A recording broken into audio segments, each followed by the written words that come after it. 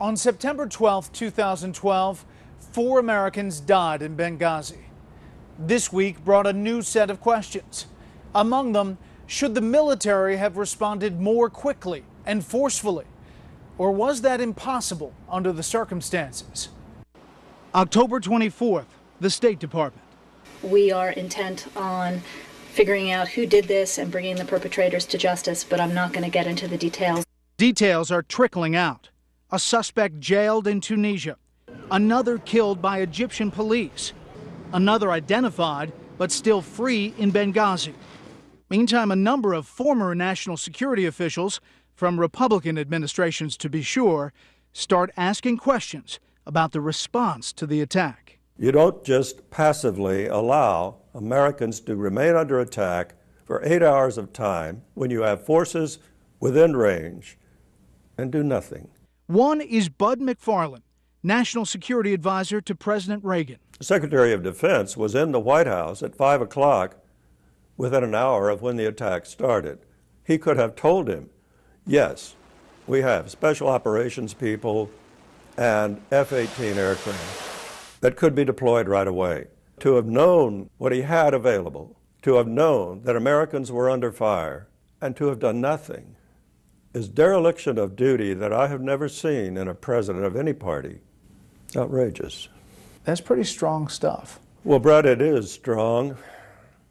I wouldn't say that if there was any ambiguity about the conditions on the ground. But there really wasn't. Americans were being killed. You must respond. That is your duty. You're the commander-in-chief. There's a lot of Monday morning quarterbacking going on here. October 25th. Defense Secretary Leon Panetta responds to the growing chorus of criticism. Basic principle is that you don't deploy forces into harm's way without knowing what's going on, without having some real-time information about what's taking place. Panetta declined our request for an interview. So did National Security Advisor Tom Donilon. Mr. Donilon with Fox News, would you be willing to answer some questions about Benghazi, please? Good morning, guys. Why don't you get me off the call? In fact, a special reports investigates interview request for any White House official went unanswered. We're not Harry Potter. We're all of a sudden with a wand we can appear in Libya suddenly. So we turn to former Congressman Joe Sestak, a Pennsylvania Democrat who's also a retired 3-star admiral. The F-16s and the Special Forces and the Navy destroyers were in the neighborhood for Benghazi. The logistics there, in order to have people from the airfield, if they're coming in a transport, move them over there. You have a whole scheme of things to work through. I've read these accounts, and I think people who were there would have done anything to get there, but it does take some planning. On October 26th, the father of former Navy SEAL Tyrone Woods, who was killed in action at the annex in Benghazi, went on Fox News America Live to respond to reports that the CIA operators requested help during the firefight and were denied. Those people who made the decision and who knew about the decision and lied about it are murderers of my son. And then President Obama does an interview with a local Denver reporter. Were they denied requests for help during the attack?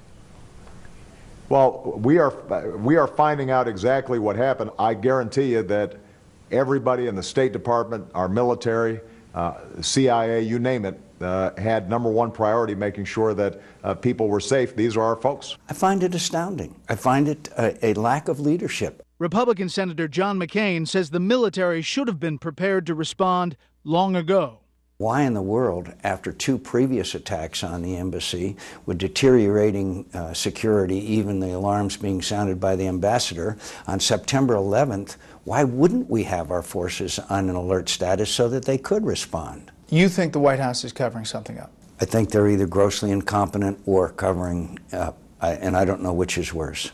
In the 2008 Democratic primary, candidate Hillary Clinton famously ran her 3 a.m. ad. Its message was simple.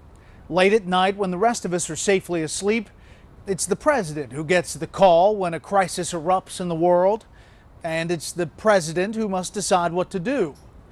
It's impossible to know what would have happened in Libya if we'd done things differently. It seems painfully clear, though, that not enough was done before, during, or after the attack in Benghazi to make us truly feel safe in this dangerous world. That's our program. I'm Brett Baer. Thanks for watching.